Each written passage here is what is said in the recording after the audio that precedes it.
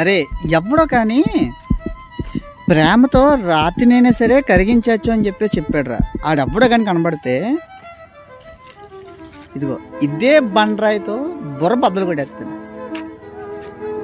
ప్రేమతో రాయినైనా కరిగించవచ్చు అన్నాడు కదా, ప్రేమతో రాయిని కాదు కదా, బొచ్చు కూడా ఏమి మిగలం, రాయే. అర్థమైందా?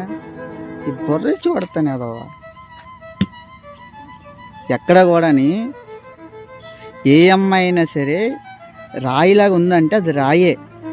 నువ్వు వెనకాల ఎన్నిసార్లు తిరిగినా ఏం చేసినా, నువ్వు చేతులు కోసేసుకున్నా లేదా వెనకాల ఎగబడిపోయినా ఆ అమ్మాయి ఒక్కసారి వద్దు అందంటే వద్దు, అంతే తప్ప నువ్వేదో ప్రేమ ఎక్కువ చూపెట్టేస్తే అమ్మాయి మారిపోద్ది, నీ వెనకాల వచ్చేస్తుంది అనుకోవడం మాత్రం చాలా తప్పు. ఆ పని చేయకండి.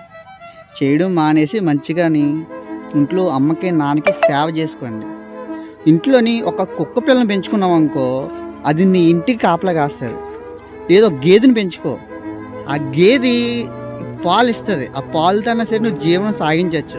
లేదా తల్లిదండ్రులకి సేవ చేసుకున్నావు అనుకో, తల్లిదండ్రులు అనేది నీకు కనీసం సపోర్ట్ చేస్తారు నీ జీవితానికి, నువ్వు ఎదుగుదలకి. అది ఒక పిల్లని నమ్ముకున్నావు అనుకో, ఇందాక రాయి చెప్పాను కదా, ఆ రాయి తీసుకుని నీ నెత్తి మీద కొట్టుకో, దరిద్రం పోదు.